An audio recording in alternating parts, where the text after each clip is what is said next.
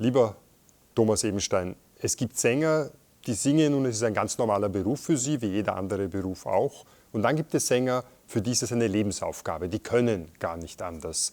Welcher der beiden Typen bist du? Also ich erlebe das Singen als Ganzes. Ich würde mich da an Arnold Schönberg halten, der gesagt hat, Kunst kommt nicht von Können, sondern von Müssen. Natürlich muss man den Beruf erlernen und seine Stimme ausbilden lassen, aber dann später muss es immer ein inneres Bedürfnis sein, dass man diesen Beruf machen muss und man hat keine Alternative dazu. Aber dieses Müssen, Bedürfnis, keine Alternative, ist das nicht furchtbar anstrengend im normalen Leben?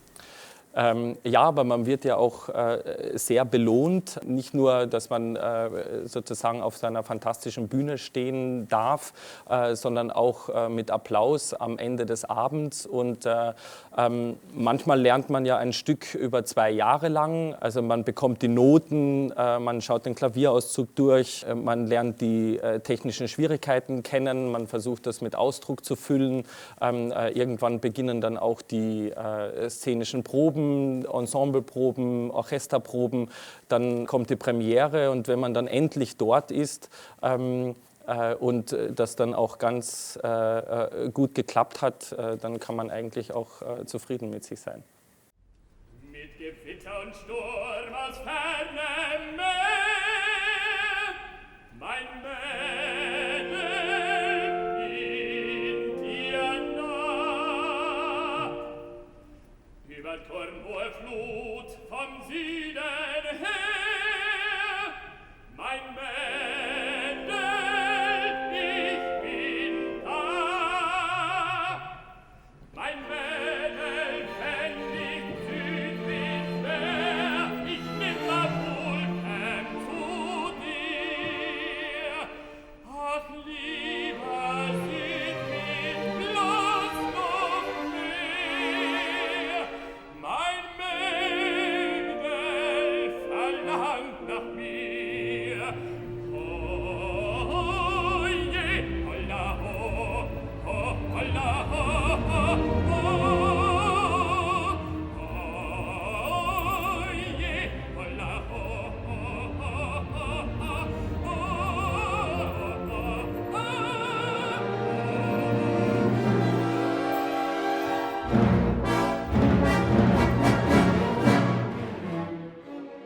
Jetzt hatten wir lauter schöne Worte wie Premiere, Applaus, Proben.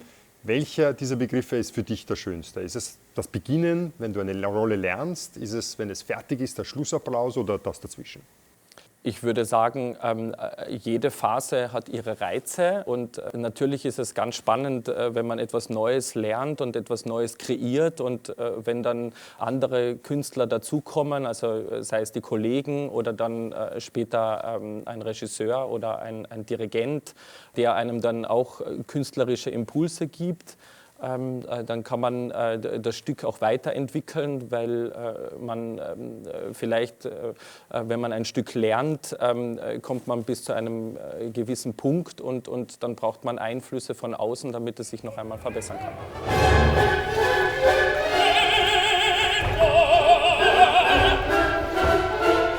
Der will die Lotse der Revolution am Segel halten, wie ein Kutscher seinen dressierten Beine. Sie werden Kraft genug haben, die Umwelt zu ziehen und Platz zu steigen. Ihr die Absätze von den Schuhen treten.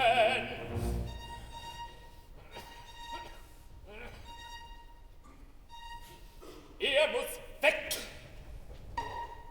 Von wem lernt man eigentlich am meisten? Von den Einflüssen von außen, von Dirigenten, von sich selber, von einem Auftritt, wo man merkt, oh, das ist jetzt vielleicht nicht perfekt gelaufen, das muss ich verändern, oder vom Lehrer? Oder wo ist der größte Input für dich? Also ich würde sagen, man sollte sich als Sänger immer leicht beeinflussen lassen, weil man sich selber nicht gut hören kann oder völlig anders hört, als die anderen das tun.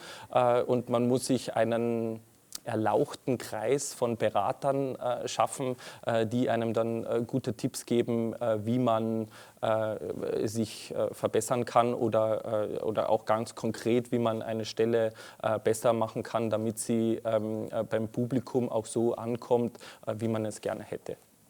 Gehört zu diesem erlauchten Kreis eigentlich auch deine Stimme dazu? Oder anders gefragt, gibst du der Stimme vor oder befiehlst du der Stimme, wo es lang geht? Das heißt, liebe Stimme, wir singen jetzt diese und diese Partie. Oder ist es so, dass deine Stimme dir sagt, lieber Thomas, was immer du willst, aber ich bestimme? Also meine Stimme ist kein eigenes Lebewesen, sondern wir versuchen das gemeinsam zu meistern. Die Stimme gibt auf jeden Fall immer eine Richtung vor. Ich kann dann oder muss dem eigentlich folgen. Man kann sich natürlich auch etwas mal in den Kopf setzen oder etwas ausprobieren und dann sieht man, wo die Reise hingeht. Aber ich finde, in meinem Fach hat eigentlich jede Zeit ihre Reize oder ihre tollen Rollen. Wenn man jung ist, gibt es schöne Rollen und umso älter man wird, umso besser werden eigentlich die Rollen. Zum Beispiel Herodes oder den Mime. Genau.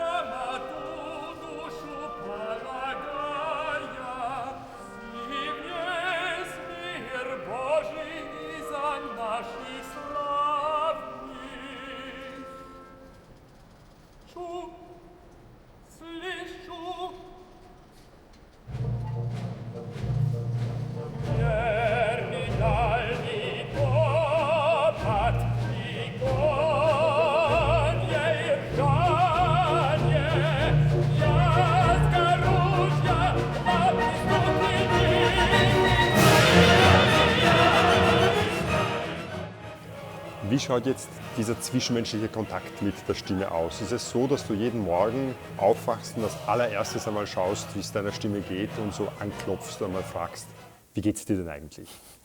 Also tatsächlich geht man in so eine kleine Zwiesprache am Morgen und schaut mal, ob die Stimme funktioniert. Also eigentlich spürt man gleich, ob das klappt oder nicht und dann geht's los. Wir haben gerade das Wort Fach erwähnt. Wie nennt man das Fach, in dem du singst?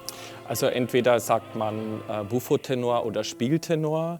Auf jeden Fall erfordert das Fach, dass man nicht nur über den sängerischen Ausdruck, sondern auch über das Schauspiel in eine Figur eindringt. Und da hat man sehr oft dann einen inneren Diskurs, um herauszufinden, ob man eine Stelle eben mehr über das Singen oder über das Schauspiel hervorheben möchte.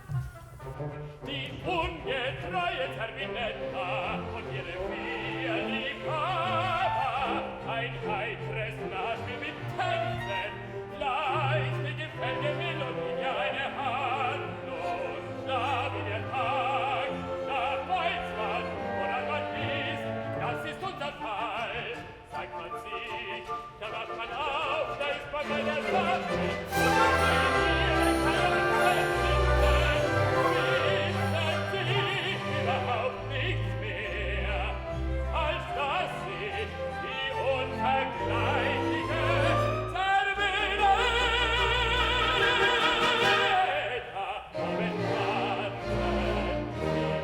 Definierst du das davor, ob es jetzt mehr Singen oder mehr Schauspiel ist, oder ist es eine Tagesverfassung, dass du dir kurz vor dem Auftreten denkst, heute habe ich so eine Schauspiellust, da drücke ich jetzt ein bisschen drauf?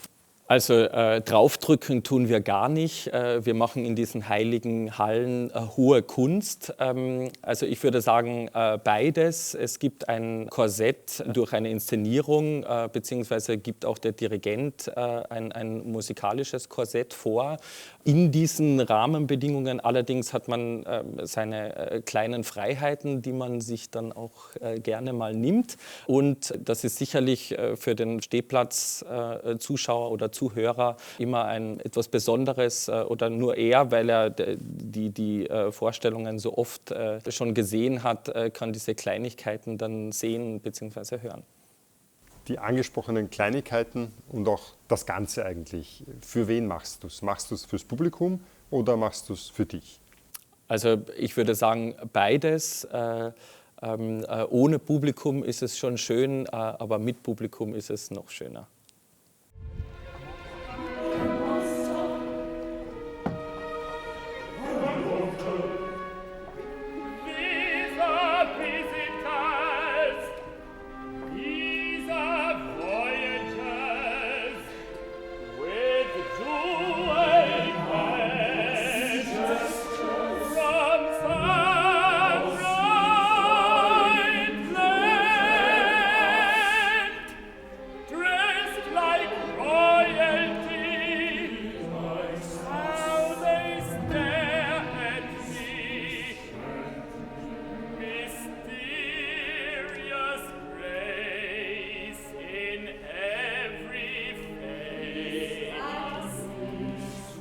Jetzt hast du hier am Haus eine ganz große Anzahl an Rollen gesungen. Kannst du vielleicht, um es ein bisschen einzugrenzen, die 3 wichtigsten, für dich wichtigsten kurz nennen? Also die größte Rolle war sicherlich der Caliban im The Tempest von Thomas Edis. Eine sehr herausfordernde Rolle, würde ich sagen. Nicht nur schauspielerisch, weil man sozusagen eine Art von Monster spielen sollte, die nie aufrecht geht, sondern immer so eine gedrungene Körperhaltung hatte. Aber auch sängerisch, weil die Tessitura sehr hoch war und alles oberhalb des Übergangs notiert war. Also ein hohes A war ganz normal und es gab sehr viele Bs, Hs, Cs und natürlich nicht zu vergessen das hohe D am Ende der Oper. Man hört immer wieder von Kollegen von dir, die sagen, sie müssen gar nicht zu einer Psychotherapie gehen, weil alles, was in ihnen schwierig und dunkel und kompliziert ist, haben sie bereits zum Beispiel als Monster auf einer Bühne ausgelebt. Wie ist das bei dir? Hast du auf der Bühne alles Monsterhafte bereits ausgelebt? Also ich will keinen Psychoanalytiker oder Psychotherapeuten arbeitslos machen. Ich finde, man kann in diesem Beruf sehr viel über sich selber lernen, weil man sich sehr mit sich selber beschäftigt. Aber man hat auch sehr viele Möglichkeiten, neue Facetten kennenzulernen oder auch Seiten seiner Persönlichkeit, sei es über das Heitere oder auch dunkle Seiten, die man dann vielleicht in einer Szene ausleben darf, wozu man im wirklichen Leben gar nicht die Möglichkeit hätte, weil man sonst ins Gefängnis gehen müsste oder so. Also es hat durchaus seinen Reiz, in verschiedenste Persönlichkeiten zu schlüpfen und diese auszufüllen.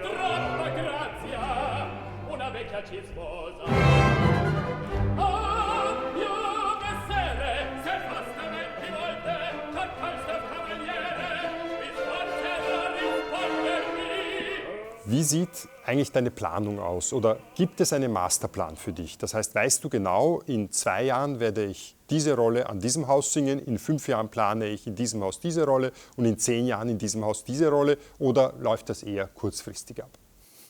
Also man würde sich das manchmal sehr wünschen, dass es so einen großen Plan gäbe.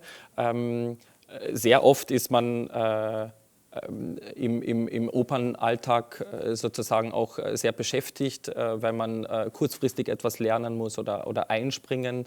Man sollte da aber auch nicht tatsächlich die große Linie verlieren und immer daran denken, welche Rollen in der Zukunft kommen könnten oder richtig wären.